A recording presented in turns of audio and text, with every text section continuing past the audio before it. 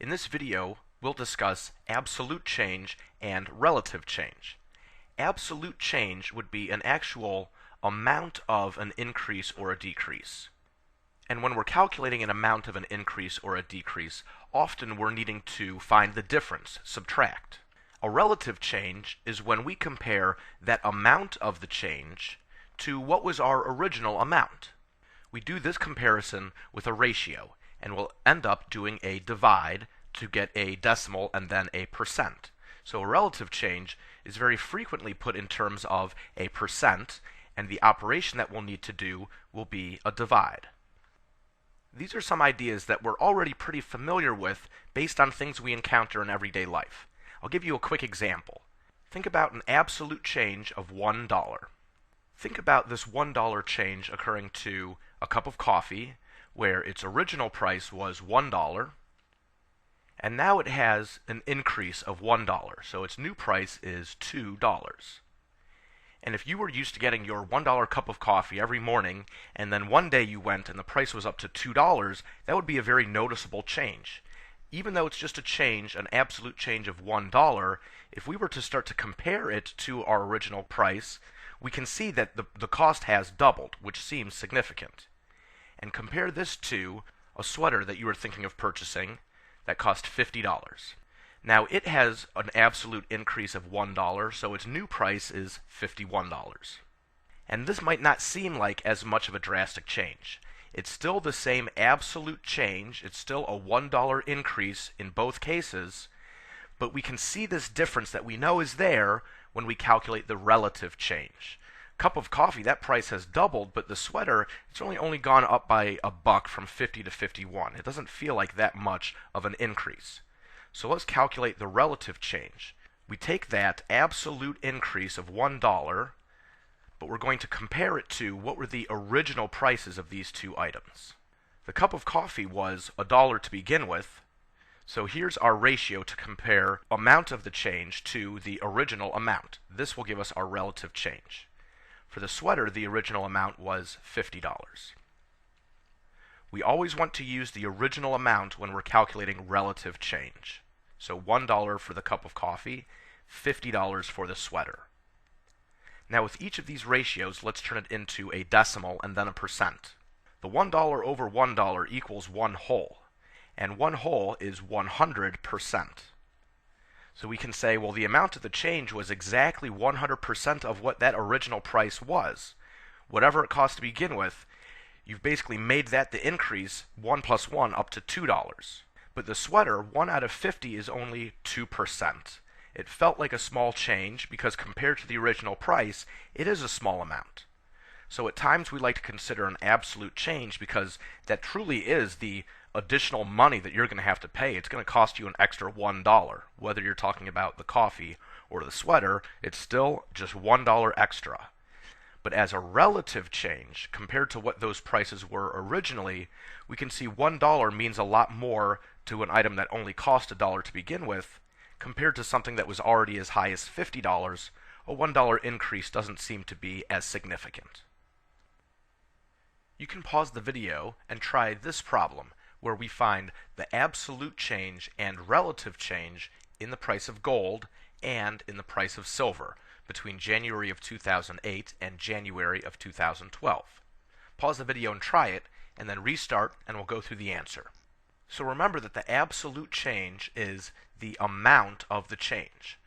We know what the original price was, and we know what the final price was. So subtract that final amount from the original amount. And we see that the actual amount of the increase was $751.25. There's our absolute change, the actual amount of the increase. And to find an increase, we definitely like to arrange the subtraction with the most recent value first, subtract from that the original value. Use that order for calculating the absolute change. Now to figure the relative change, we compare this amount of change to the original amount. So we construct this ratio with the amount of change in the numerator. The reference value is the original amount. In this case, it's the price that is listed for the earliest point in time, back in the year 2008. That's how we'll calculate the relative change, comparing it to what was our original amount. Now we'll divide, and we're going to round to the nearest tenth of a percent. And we'll come up with 88.7%. As the decimal 0.8872, and we're rounding to the nearest tenth of a percent. So move the decimal point twice first to make it a percent, and now round to that nearest tenths place, 88.7%. Let's look at the results for the price of silver. First, the absolute change. Find the difference between the final amount, $28.78, and the original amount, $14.93. And we get an absolute change of $13.85. The actual amount of the increase from January 2008 to January 2012 was $13.85. As a relative change, we'll compare that amount of the change to the original amount, the cost in January 2008, $14.93. It equals approximately 92.8% when we round to the nearest tenth of a percent. So comparing the relative change, we can see that as an investment between 2008 and 2012, the price of silver has actually increased slightly more than the price of gold. The absolute change is definitely much smaller, but it started at a much lower price. So the amount of the change compared to its original price can actually be slightly higher, even if the absolute change is a much smaller actual dollar amount. Let's go through one more example of calculating absolute change and relative change. In this case, we're looking at the median new home price in the United States. In March 2007, it was $262,600. In August 2009, it was $207,100. First, the absolute change. And we know we're finding the difference, the change in prices, but pay attention to the fact that we are decreasing. If you think that we should always follow the model of take the current price and subtract from it the original price, and that's a good strategy to use, we'll see that we come up with a negative number. Negative $55,500. It's the amount of the difference between these two prices, and it's negative to indicate that we have a decreasing home price. What it was in 2007 was much larger than what it was later on in 2009. So keep in mind that we take the current price and subtract from it the original price when we're calculating the absolute change, or the amount of change. And the negative result is just telling us that we have a decrease. Home prices are going down. We have two options. You can write your answer as negative $55,500, or instead of the negative, you could just use the word decrease to indicate that this is an amount that's decreasing. Now let's go and find the relative change. We take that amount of change, we can continue using this negative number for the absolute change, just as a reminder that we are referring to a decrease. And we'll always compare in this ratio the amount of change to the original or the earlier price. In this case, it's the $262,600. We don't want to automatically use the largest or the smallest number that we see. You want to find the number that came earliest in time, what happened originally. And in this scenario, originally was the year 2007, and we're comparing the change from what we saw in 2009 back to what it was in 2007. We're always comparing back to the original amount. So let's divide and write this as a decimal rounded to the nearest tenth. We can call it a relative change of negative 21.2%, or you could call it a relative decrease of 21.2%. The negative sign is just indicating that we have a decrease, so if you actually state with words it's a relative decrease, you can leave that negative sign off.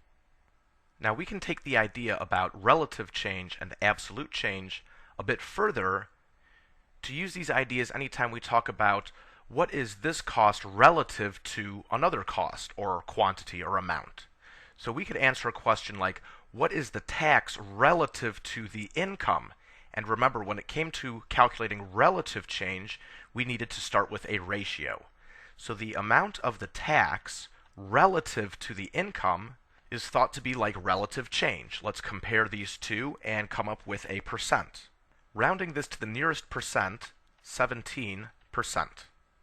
So the amount of tax relative to the income is 17%. It's a slightly different idea from calculating a change, but still think of this idea when we talk about a relative quantity.